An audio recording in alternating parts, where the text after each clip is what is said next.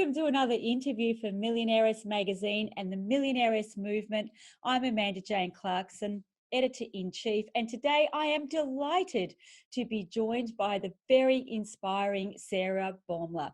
Sarah has been entertaining viewers worldwide for nearly 12 years on HGTV Canada and HGTV US. She first joined her husband Brian on air in 2009 as they rebuilt and redesigned their family home on the hit television series House of Bryan. Fans watched in record numbers, and its overwhelming popularity led to 3 subsequent seasons in following years. With her husband Brian, they have created Bryan Inc., and Sarah's role being the project manager. That's what I love to hear.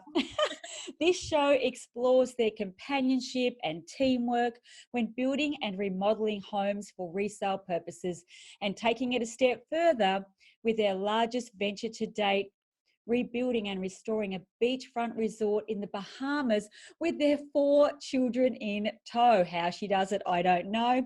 Sarah has worn many hats throughout this process of building the Baeumler brand, but the focused point of her efforts recently has been her own personal brand with the launch of Sarah Delivered, her new magazine Curated, and her interior design service Refined Living. And most recently, in 2019, Sarah designed the grand prize show home for the Princess Margaret Spring 2020 lottery, the largest show home the charity has done to date.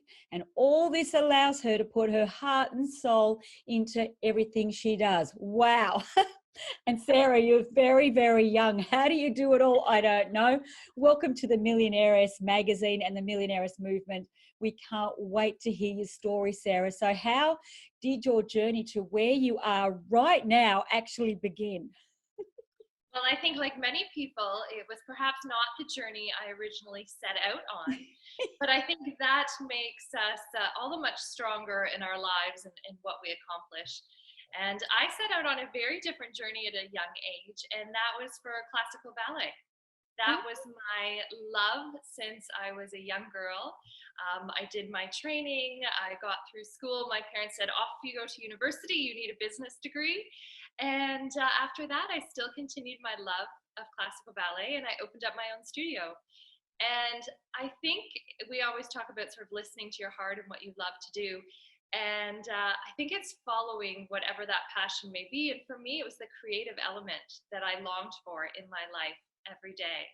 And that was the dedication and the focus. And I think about all the things that I learned at those young age that I now use every day and hopefully instill in some of my children. Not all of them, I'm sure, but hopefully some of them have learned. And that was the start of my sort of creative process and understanding how I needed to channel that creativity in what I did every day.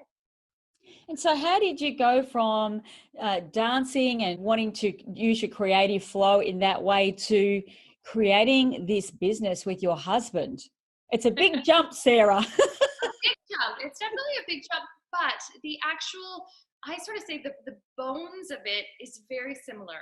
Yeah. And when you look at interior design and you look at building as a whole, you're creating something from the ground up. And for me, for classical ballet, you're using your body and movement to tell a story. And Brian, a young builder, he was using his hands to create something. And I think when you actually watch the evolution, and as I got a bit older and we started to have a family, I was balancing the dance studio. And at that time we had 3 children, and we were embarking on building our own home. And I said to Brian, like, I want to be involved. I really want to continue and not just be choosing things, but really have a say in this whole process. And I looked at it as another opportunity to create something, to envision. I could always envision like the end product of a show or a performance.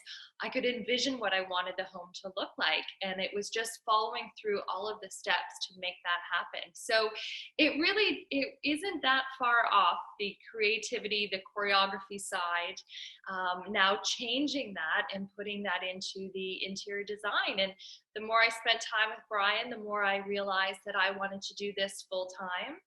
And to be able to do that, something had to go. So we decided to sell the studio. I dance now just for my own love and for my own passion.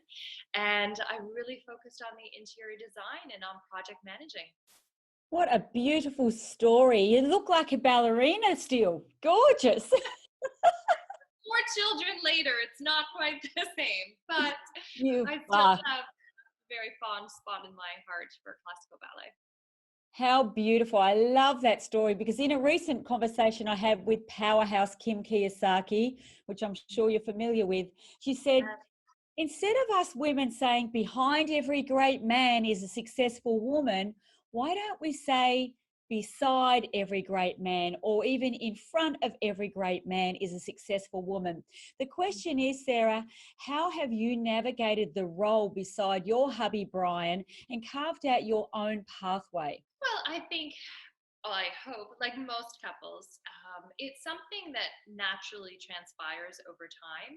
And I think for Bryan and I, understanding and growing our relationship, we've now been married 16 years. And you go through all different times during your marriage that you look not only at where you are in your marriage, but we would also look subsequently at where we are in our careers. And there was times when one of us or the other perhaps was more focused on growth of the business or on a project that they were committed to, and the other one almost took a back seat, and then vice versa. And I think for us, we created this sort of fluid motion where we realized that we can't necessarily both always be at the forefront of our careers, that sometimes one thing or another leads the other one in a direction that needs a little bit more focus and attention. And we sort of say you will never reach an equal balance, and that's okay. We just understood that it's this beautiful pendulum that is sometimes swinging in different directions, but that our end goal was always the same. And I think we've kept that focus towards what keeps us driven, what keeps us happy, what makes us feel good every morning to get up and go to work. We've just kept that at the forefront and realized that there will be some hurdles along the way, but that together we can make these goals happen. I love what you just shared there. I too work alongside my husband, who was a builder, and we've done many renovations, built a dream home. Similar stories. I think I'm a little older than you. However, after 24 years, the story is very similar. It's not about whose career or whose business is most important. It's about how can we align our goals and our dreams and work in harmony. Being married for 24 years and we work together 7 days a week, 24/7. You know what it's all about. We could have a great conversation for sure. You know, the ups and the downs and the things that you go through, and it's just how we conduct ourselves. And I love what I can see through you is that you must have a very clear way of communicating with each other, a respect for each other. And what it is I think it's a connection where you obviously talk and check in with each other. So this journey goes along a pathway of harmony. Is that kind of what goes on? That's what we work towards, we hope. Obviously, it's never perfect every day. We definitely know that. I think any husband and wife team would agree that it cannot be, flowers every day and yes, sweetheart, and of course, you have your ups and downs, but the amount that I think we respect one another, and you sort of have this sixth sense. I know when I'm talking to Bryan, there's certain things that I can sort of step back from, and I say, you know what, I trust him 100%, and I know he has our best interests at hand. And likewise, there's certain things that he sort of said, you know what, I know this is really in Sarah's wheelhouse, and I'm going to let her take the lead on it.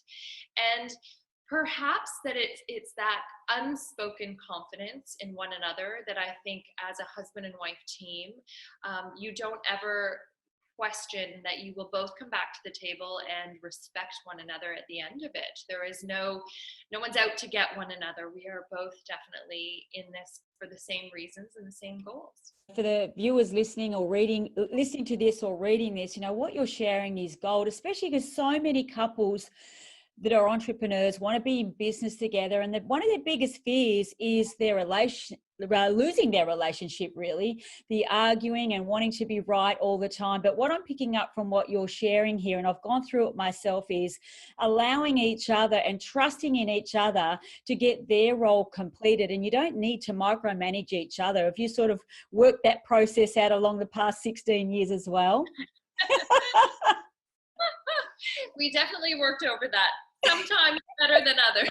This is the path, right? We all talk about it. It's definitely not a straight and narrow one as we had. When you're young, you see, or in my opinion, when you're young, I think you really see this perfect straight line in your career. And as I think you get a little bit older and perhaps a little bit wiser, you understand that it's not just one direct road. Instead, we talk about it in our family like the shipping channel, and you're just going to sort of move back and forth. And sometimes, the weather turns and it's a bit rocky and a bit wavy, and sometimes the seas are crystal clear and flat. But either way, you're just sort of continuing along in the same direction, as instead of sort of being so set in your ways that you don't allow for that growth. And sometimes when you're pushed a little bit to one way or another, that's when we truly grow as human beings. So those are the times you tend to remember the fondest as well. I love that analogy. A lot of the time in Millionairess, we talk about turning your life ship by just 1 degree. And in time, because we talk about, we love boating and the water. We live on the ocean here in Queensland, in Australia. And, one day it's calm blue ocean, then there's a swell coming in that you never thought, and then a storm. And like living in the Bahamas at the moment, I know what the weather's like. It's perfect 1 second, next minute you're going, what's happened? The beautiful analogy. Yes, and I think that's it comes with time, it comes with perspective perhaps, but I think I always sort of say you look to what's happening in the world around you and to Mother Nature, and you can learn so much from the way that the world sort of turns, as we say. But even I always look at the seasons and what happens, and there's a time for growth, and there's a time, when you're sowing those seeds, you can't harvest them right away. You have to give things time to grow, and it's really understanding that sort of connection with some things that happen naturally, that analogy with Mother Nature, and just sort of understanding the path that it needs to have those highs and lows to really accomplish things. That is a very powerful gem that you just shared. Thank you. That is so good. The seasons, the 4 seasons. So, Sarah, you have so many roles and responsibilities in your life. You're a wife, you're a mum, you're a business owner, and the list goes on, I know. How do you juggle all these roles and you keep yourself beautifully healthy, both mentally and physically, and no doubt spiritually? Because entrepreneurship, you've got to take care of the whole temple. So how do you do that? I'm a strong believer, as you said, in taking care of the whole temple. And I am a believer as well that it sort of starts with you, and that you are responsible for your own happiness. And as much as I look to my children and my husband and what's happening in your career, it's really important that you're happy with yourself. And so I tend to start inwards and then work outwards from there. And we talk about different analogies, but obviously for so many women, I talk about sort of boosting your own self and the time that you give yourself for mental health, for your physical fitness, for your care in yourself. That exudes, that overflows for all of your family to benefit from as well. And I think, as I can say as a mom, that natural habit is to want to help absolutely everybody and give a little piece of yourself. But in all honesty, by spending time and really focusing on your own personal growth and your own personal well-being, your children respond from that, your employees respond from that, your spouse responds and sees that. And I think that's, for me, how I've sort of centered my life. As it's gotten busier, I've tried to carve out a little bit more time for myself. So it's sort of, with every project I take on, I have to take back a little extra time for myself, because I know I will need that to grow as a person from the inside. That's pure gold, because so many mums feel so guilty around the idea of wanting to take time for themselves, especially their mental health and their emotional health, their spiritual health, let alone getting a business up and going. And so I love that you just said then, as time goes on, I'm carving out a little more time for me. Because as an entrepreneur, a lot of people think, I want a business, I want to make money, I want the lifestyle, I want the success, this, that, and the other. But it really boils down to self-worth, and it begins within. Would you agree with that, Sarah? And what is your take on taking care of self before the business? I agree 100%. And it's a very difficult thing sometimes for women, I think, to come to terms with. I think it's our innate nature as caregivers to naturally want to take care of everyone else. Yeah. And it's not just our children, but there will be times I walk into the office and I want to help everyone. I want to solve their problems or assist in some way or shed some knowledge. But then I also have to remember that with all of that, I'm taking something away sometimes from myself. And you really have to look inwards. And it feels at times, I shouldn't be doing this. I don't have the time. I shouldn't be this selfish. But that's a word that I try and say to women, take that off the plate. Self-care does not mean selfish. They're very different things. And the more we can focus on caring for ourselves mentally and physically, the more we have to give and share with others. So it's a real key point. And I wish people would take that question about mom guilt off the table. Whenever they do interviews, I'm the first to say, don't ask that question, because you probably wouldn't be asking my husband if he was sitting here about mom guilt or father guilt, because it shouldn't even be a question. Listen really up, ladies, listen up. Yeah, take that off your question list, Matt. And we just know you won't. There isn't such a thing. We all feel different emotions at different times, and that's okay. And I think we have to be accepting of the fact that we are in control of our emotions, and how we feel is no one else's business. So if you're feeling this way, listen to that. Spend some more time focusing on yourself as well. Just on that, one of my favorite words is thank you, but no thank you. One of my phrases, I should say. That's a great one. Thank you, but no thank you. In your view, why do so many women struggle with saying that? I do a lot of mentoring, as I'm sure you speak with a lot of women. They just can't say no. Do you say it a lot? Have you found it easy to say no, but no thank you? Or what are the phrases you use when you just know it's not right for you and where you want to get to? You know what? I have struggled with being able to say no to projects. That for me has been a downfall for a long time. I'm starting to get better at it. And one very simple thing that I've started to do is as simple as when I read that email or read that invitation, as soon as it has crossed my desk, I have to deal with it at that moment. So if I open the email and it's inviting me to speak or telling me about a project I could take on, if that sinking feeling in my stomach is, ooh, I don't want to do it, I'm not going to reply to the email, that's when I know, nope, it's not the right project for me. Because in all honesty, the things that we leave piled up in our inbox, the invitations that we don't reply to right away, the projects that come across our desk that we push to the side, there's a reason you're doing that. It's because it's not sparking an interest. It's not sparking an excitement or a fire in your belly that you just want to invest your time and your effort. So we need to listen to that a little bit more. So I've been really trying hard that as soon as I open something, I deal with it. And if it's just saying, no, thank you, I don't have time, it's almost a weight lifted off my shoulders instead of letting it sort of sit in my inbox for weeks to come. And then you start to think, oh, maybe I should. I think that would be the right thing to do. Your initial feeling deep in your stomach is usually the right one. So that was sort of one little trick that I've started and has made a big difference. But I'm still learning. This is something I still try and work on every day. I'm not perfect by any means, but I'm trying to get there. We're all in the same boat, and I'm so glad you didn't say no to this Millionairess magazine conversation, Sarah. I would have been a bit upset. This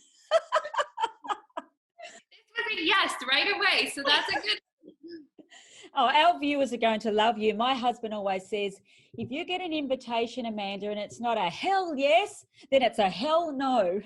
I agree. And that is a good way to say it. A hell yes or a hell no, right?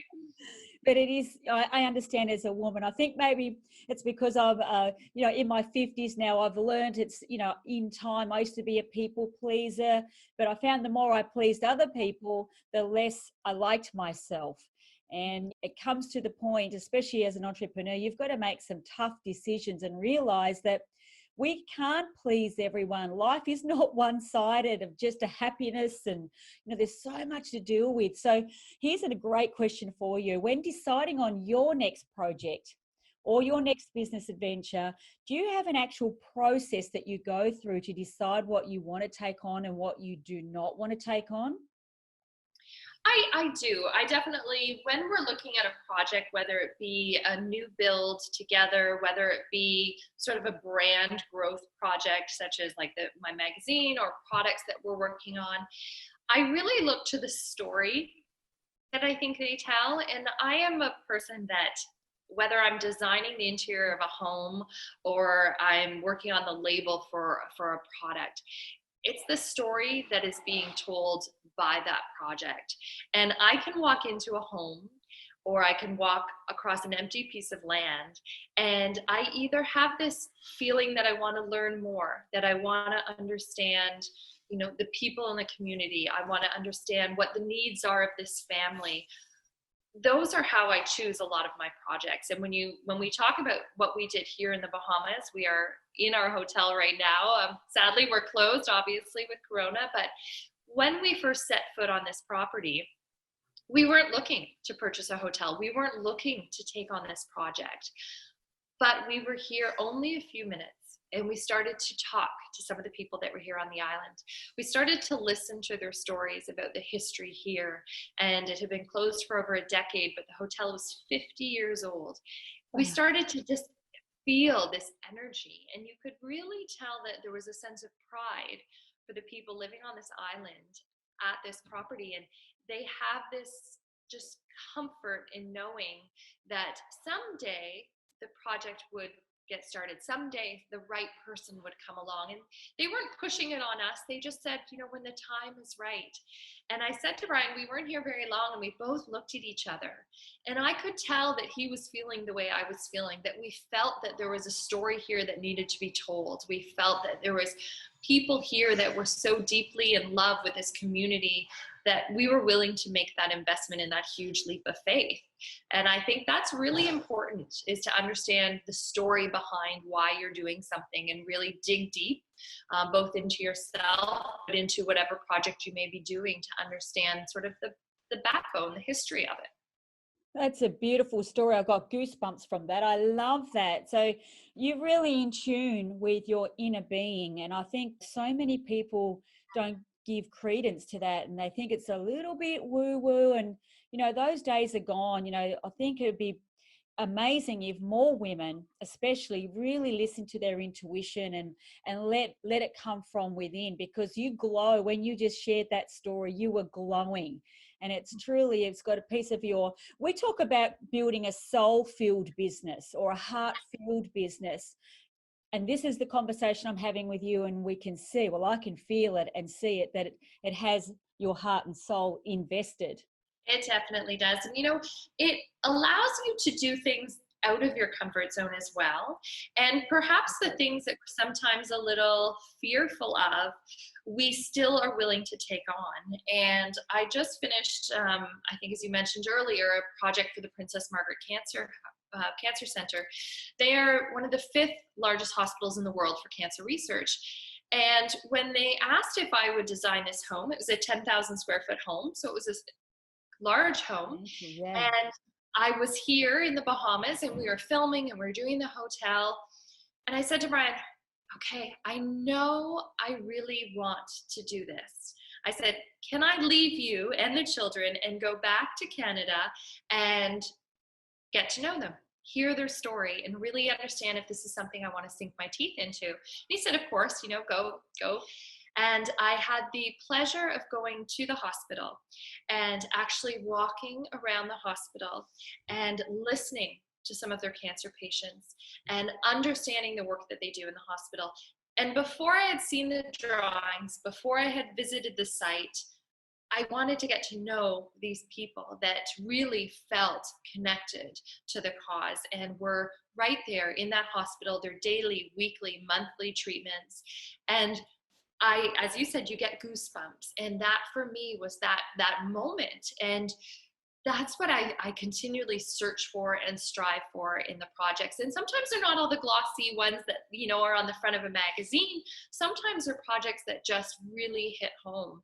And I think those, as you say, those soulful projects are what keeps you driven, what keeps you striving for more, and it's what allows us to really grow. And I think for me, I grew immensely as a designer on that project, because I was not only telling my own story through the design, but I felt like for every cancer survivor, for every patient that had walked into that hospital that relied on those funds from this lottery home, I had to tell their story.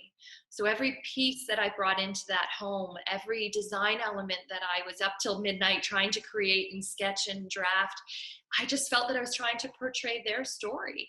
And that's, for me, what gets me going every day and what just inspires me to continue. And hopefully for other people, young women wanting to get into business, whatever their field may be, look for those things that inspire you, because the hours will be long, it will be grueling, it will be exhausting, but it also is so fulfilling. It is so fulfilling. And I say creating a heart-filled or a soul-filled business through serving other people, because the days when you hit the dirt, Sarah, you'd know this more than anybody, the days you hit the dirt, those tough days where you go, this is hard, have I got it in me? If it's not connected to within, they're the days that it's easy to quit, isn't it? And you've got to have that big, juicy reason why. Yes, I agree. I agree completely. And those times are, they're quite often as entrepreneurs. Yes. You get kicked down quite a few times, but that's what we love. I think every time you get up, you're that much stronger and that much more willing to take on forge into the next battle. We're talking about getting kicked in the guts, or whatever we want to call it, because I've had 14 businesses. I've been down in the dirt plenty of times, girlfriend. I agree. You and Brian have recently renovated a resort there in the Bahamas, as we're just talking about. It is stunning.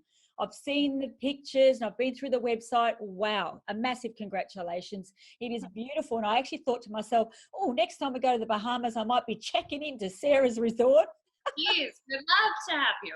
Oh, we love it over there. But unfortunately now it's closed with what's going on around in the world right now.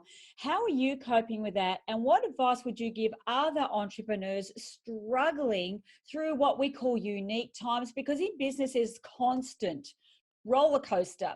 How do you get through these moments, Sarah? Well, this has been a very challenging situation. As we all have known, because it's global. So it's not something that you are going through independently, but that you can lean on other people.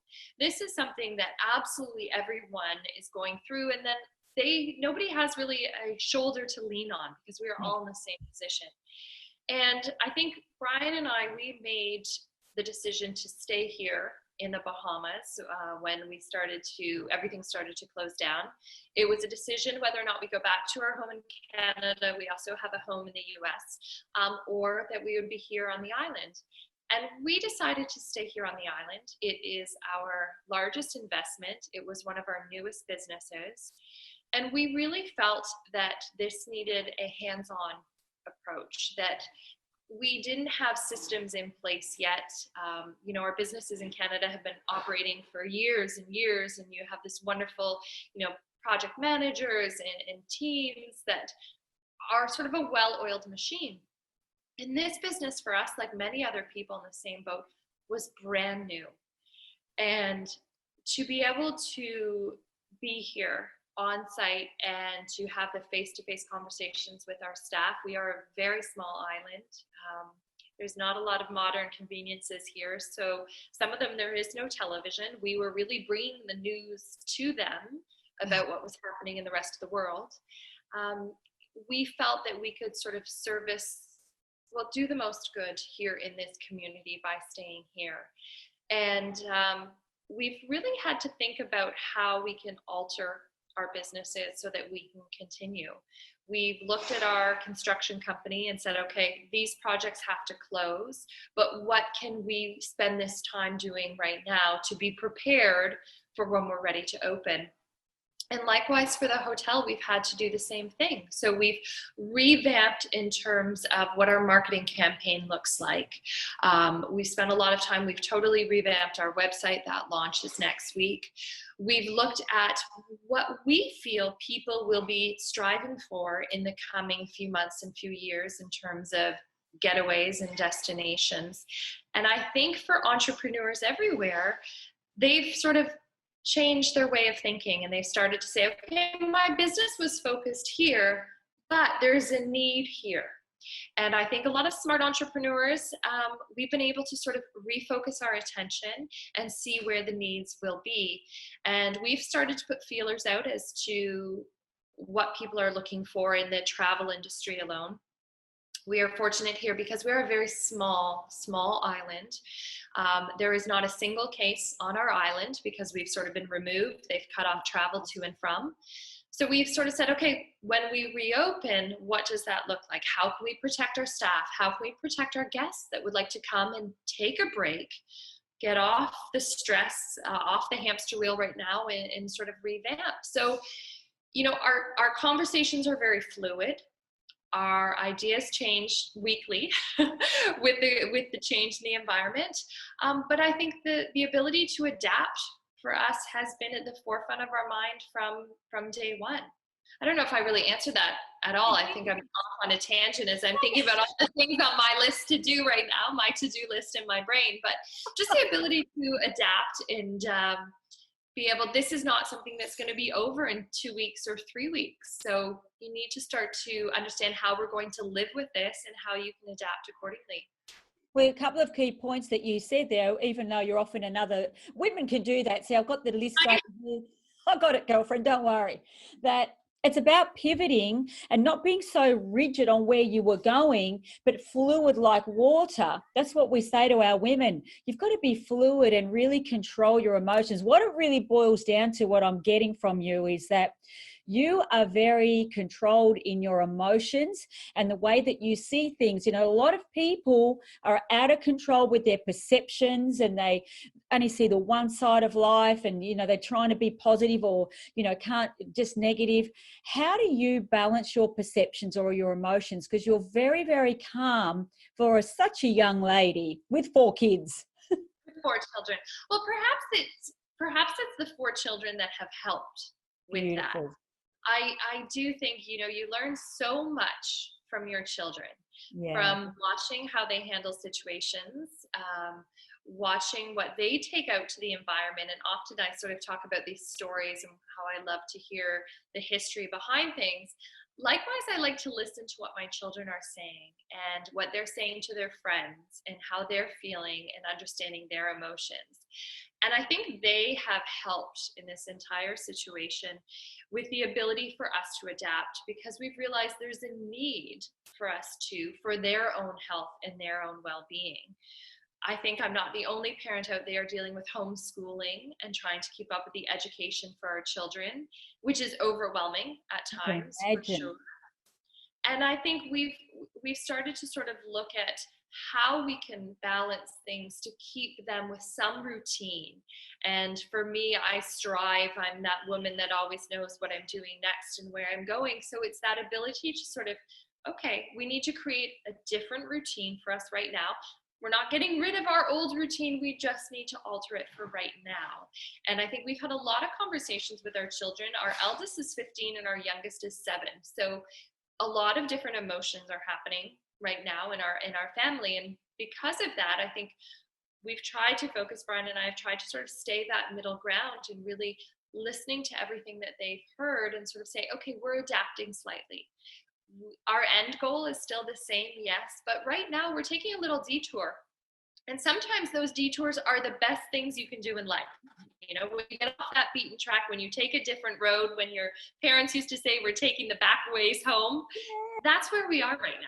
It's just a little detour for everyone in life, and perhaps a chance to revisit where they are, as we said, spiritually, mentally, and make sure that they really feel comfortable with where they are as a person before we move forward. When we come out the other side of this, I hope everyone is proud of who they are as a person and how they've handled everything. Such great advice. And so throughout your life, you've obviously, or no doubt, I won't say obviously, had mentors and supporters that have helped you grow and overcome adversity. How important do you feel it is for people to have mentors and the right people or the right teams around them to help them stay on their pathway to where they want to get to?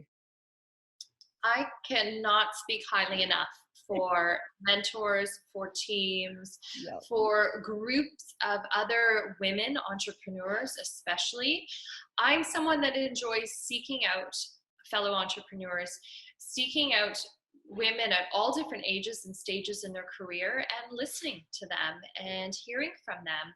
And sometimes it's not necessarily about emulating them, but it's listening to some of their hardships and hopefully looking inward into yourself and sort of saying, okay, all of these things, what's the common thread between them? Because we all have a little different story. Everyone's living a very different life. But when you listen to many entrepreneurs, there's a very common thread throughout all of them. And it's being able to sort of pull that thread from each one of them and sort of sew your own quilt or create your own blanket or whatever you would like with this, to wrap yourself in it and really say, okay, I've taken something from all of these women, from my team members, from my spouse, from my children. You can learn so much from that collection, from that community that you surround yourself with. But you have to be willing to listen. And you really have to be able to understand what they're saying and take something from that. And the ability to listen, you can say you've heard something, but it's very different to actually listen and comprehend what people are saying. I have a saying when people say, yeah, I've heard that, especially when we talk about personal empowerment, working on yourself. And I say, if you knowed it, you would have done it. If you That's don't, a wonderful one. if you don't have the result, the words are just going in. And it's, I love learning from the wisdom of others. You know, when I look at mentors, I've had countless mentors throughout my journey, because I don't believe anybody gets there alone, but I love the wisdom. I love hearing the stories and just gleaning in from the little nuggets that I believe that can save me years of that frustration. Is that the sort of nuggets that you like to learn from as well? Oh, definitely. And I think for me, I love traveling. That's something that we try and do. And I think it's very, very important for women, especially to spread themselves, to experience and to acknowledge and listen and meet and communicate with women all around the world. And I think different avenues, different career paths, those are what you're going to learn as you talk to different women. And you know, it's wonderful to go to a seminar in your own field and talk to other interior designers and learn from them. But I learn equally as much from speaking to somebody in a completely different field, in a different country, and hearing their stories as well. Because as I said, there's so much as women that we can share. And there's so much that we can learn from one another. And as long as we really take that opportunity to get to know women, and it takes us a long time sometimes to open up. Some women share everything and some women keep everything close to their heart. But nurturing those friendships and nurturing those relationships for mentors and for other members in your team is so crucial to your own personal growth, that I cannot stress it enough to young women, to women already established in their career, how important that growing process is and that time is to dedicate to having those conversations. Absolutely critical to success. And that's really, in essence, why we began the Millionairess movement and created this incredible magazine to showcase world leading entrepreneurs like yourself, Sarah, because so many diverse stories and experiences and wisdom from women all over the world for our readers to learn from. And you've shared absolute gold today, seriously, with 4 children, a massive successful TV, a reality show, your own brand, and a young woman. If, you know, for all the entrepreneurial women out there looking at you, reading your story, going, oh my God, you know, she's so beautiful from the inside out. I want to be like Sarah. I'd love to have the success that Sarah does. What would be your one piece of golden advice that you would give to that woman?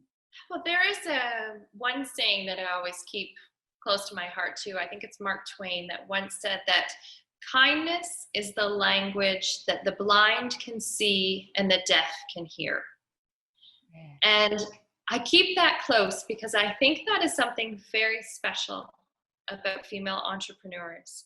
And I think when we go about our business, we sometimes feel that we need this tough shell, that we want to be there and we need to be equally as successful as our counterparts. But there is something so innate about the kindness that is so natural in women.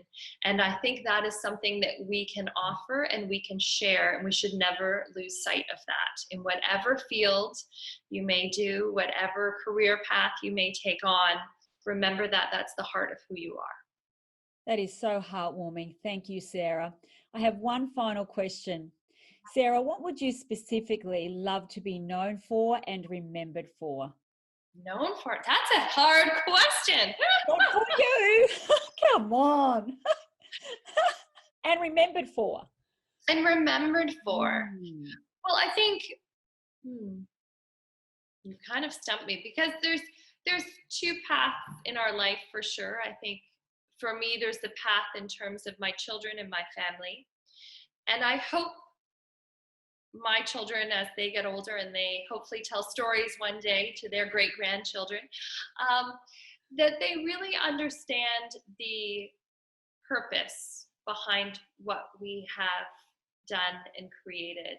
And I feel that every decision I make is purposeful and it's thought out and it's careful.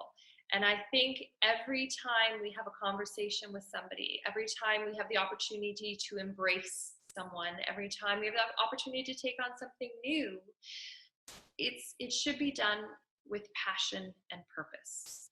And I hope I'm living a life with both passion and purpose. Well, you're certainly inspiring me right now. I can't wait to find out more about you, Sarah. Follow what you're doing and hopefully one day come to this beautiful resort in the Bahamas. Please. It's too empty right now. A hotel should never be empty. There should be this wonderful vibe, and now it's just me and my children. Oh, I'd love to come there and have some fun with you. Where can our beautiful women find out more about you, follow your story, and learn more about Sarah? So Sarah Baeumler, you can go directly to my website or follow me on social media, Sarah Baeumler. It's pretty simple. And on that, there will be links to all of our other businesses as well as the hotel here as well. And we're here. We would love to meet some people. I love fellow entrepreneurs. So please reach out. Come. Brian and I are here. It's wonderful. Have a glass of wine and share your story with us. You've just said the magic word, share a glass of wine and have an entrepreneurial chat. I would love that. I think I'm on my way. Well, it is 6 o'clock here where I am, so it is about time I have a glass of wine. What time is it there, beautiful? It's just after 6 p.m. Oh, it's definitely wine o'clock. We call it wine o'clock. Oh, Sarah, thank you for being part of the Millionairess movement and the Millionairess magazine. This has been a beautiful conversation, one of my favorite, and the time has just flown. I feel that I could literally sit down with you for hours sharing stories about renovations, building, the entrepreneur journey, so many funny stories. And it's just been such a pleasure having this conversation today. So thank you from my heart. I know that our women will fall in love with you. And I have so enjoyed this moment. Thank you. Thank you for having me. I look forward to that glass of wine with you. I have no doubt that our paths will cross again. This is just the beginning. All the very best. Now, when are you opening? Is it the next week or something? You're opening the resort? So we're basically waiting for the Bahamas government to give us the okay. We've heard possibly July 1st. So we are Another waiting. month. Are you fully ready to go? We were actually already open. We had our grand opening 6 weeks and then we were closed for COVID. So we had 6 weeks open and that was it.